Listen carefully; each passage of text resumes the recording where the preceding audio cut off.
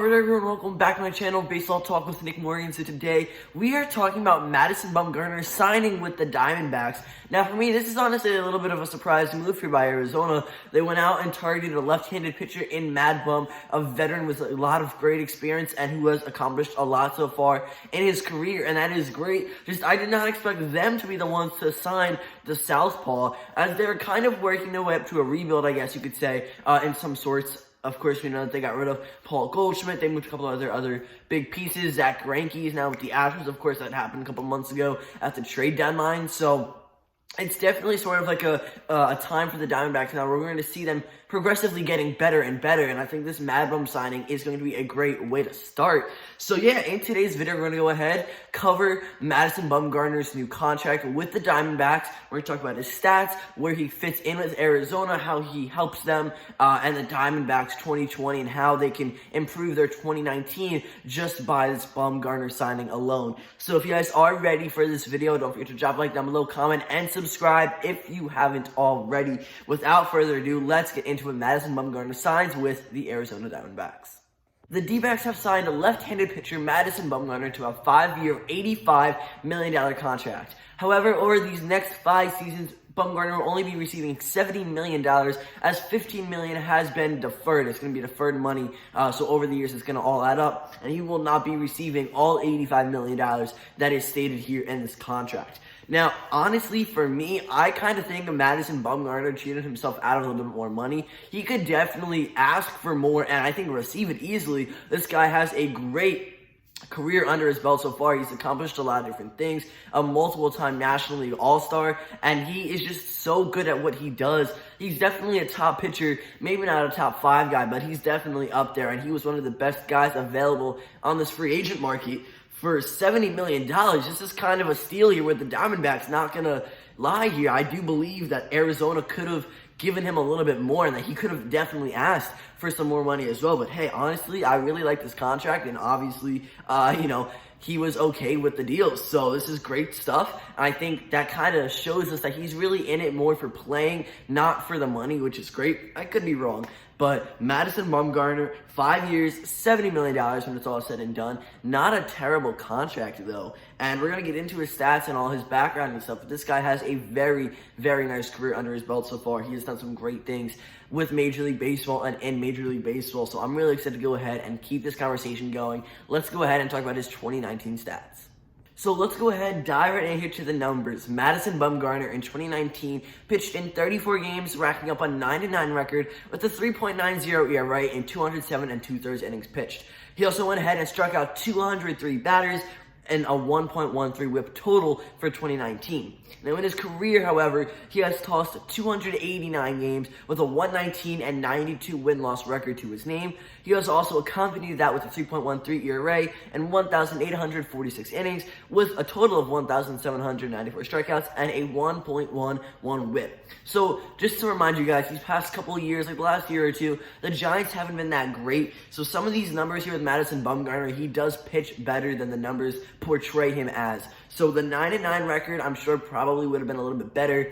He would have been over that 500 win percentage, maybe with a better team, a contending team. But the Giants did not do the worst in the NL West last year, but they don't have as good of an offense as some other teams do, and now the Diamondbacks do. Although they could also improve. We'll talk about that a little bit later on. So I really like this. Madison Bumgarner's had some great years. He debuted back in 2009, just 2 years after he was drafted by the Giants in the first round, 10th overall pick, 2007 draft. So he's got about 10 years of experience under his belt when you kind of total everything up, and he's been pitching for a decade, and he's done very well over that span of time, and now he's going to continue his journey here and move on to the next chapter with the Diamondbacks, and he's going to be a part of that team that's looking to rebuild and continue to grow and expand, because of course they're only trying to get better. And we're going to talk about where they placed in 2019 and what they can do to improve. But overall, really nice signing. Bumgarner's got some great stats. I think he's really going to help out the Diamondbacks a lot.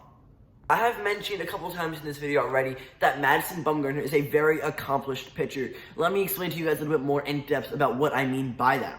He is a 3-time World Series winner with the San Francisco Giants, coming in 2010, 2012, and 2014. One of those years, back in 2014, the most recent World Series he's won, he was the World Series most valuable player, much like Steven Strasburg, who signed a little while ago back with the Washington Nationals. He is a 4-time National League All-Star, and that is spanning from 2013 to 2016, so everything in between.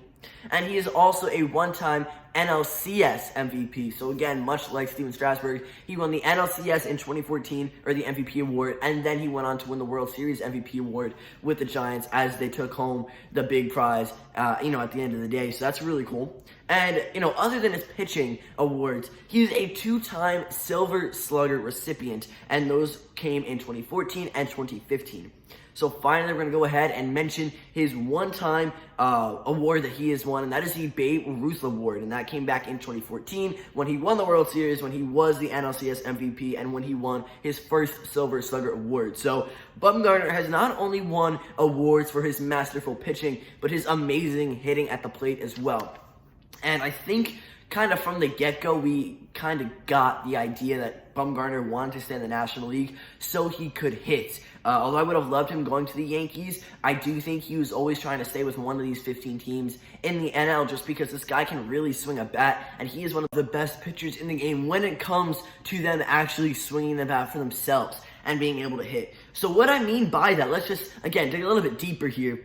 He has 19 home runs and 62 RBIs to his name in 594 at-bats, but he's only hitting 177. The average doesn't really matter to me, at least. I'm really looking at this guy's power and his contact, his ability to get on base. And again, 19 home runs, 62 RBIs. As a pitcher, that's a heavy contribution right there. You're not really expecting your number 9 guy, who most of the time is your pitcher, to go ahead and get hits and especially home runs, So the fact that the Diamondbacks now have that in Madison Bumgarner and how well he did with the Giants at the plate, I just think that's really cool, and that's just another side of Madison Bumgarner, and that makes him even a little more valuable, which again kind of confuses me on why he only got $70 million, but that is okay. They're definitely not paying him for his hitting. They want his arm, and that is the key point there. So all around, Madison is a great player, and he's got some amazing postseason numbers. So if the Diamondbacks do get there, to late October baseball, by the time they still have Bumgarner under control, he will probably end up being their best pitcher, no matter who was on the team with them at that point. When it comes to postseason numbers, this guy just dominates in later month games, October, November, not October, but late September and October and everything. So Madison Bumgarner, a great guy to have, a key player. He's going to be a veteran. He's going to have a lot of contribution in the dugout and in the bullpen. When he's not pitching, he's going to be able to help some of the younger, inexperienced guys to the Diamondbacks and get them to be even better than they currently are. And that's another big thing I think the Diamondbacks are looking for. Now I'm going to go ahead and shift my focus over to the 2019 Arizona Diamondbacks. They finished second in the NL West with an 85-77 record, which calculates to a .525 win percentage, only behind the dominant Dodgers. Now, the Dodgers are not going to slow down no matter what. They did lose out on some key free agents. However, they are not going to be any worse than they were in 2019, going to this next year and going to the next couple seasons. This team is very experienced. They've had a lot of postseason runs these past couple of years, and they still are looking for their World Series championship.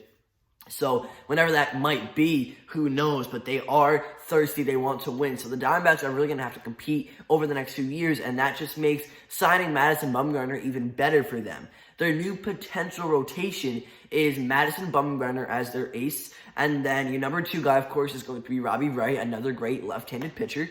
And then the number 3, 4, and 5 guys are kind of interchangeable, however you see fit. But you have Zach Gallen, Merrill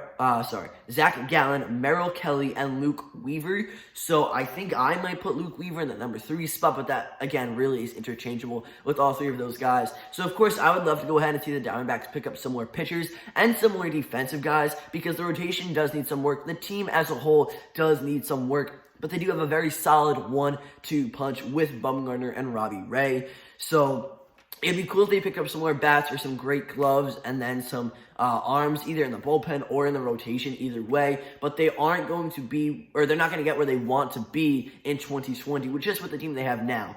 And it's not a bad team at all, but you could definitely improve it, and there's ways to improve it with some of the guys still available on the free agent market currently.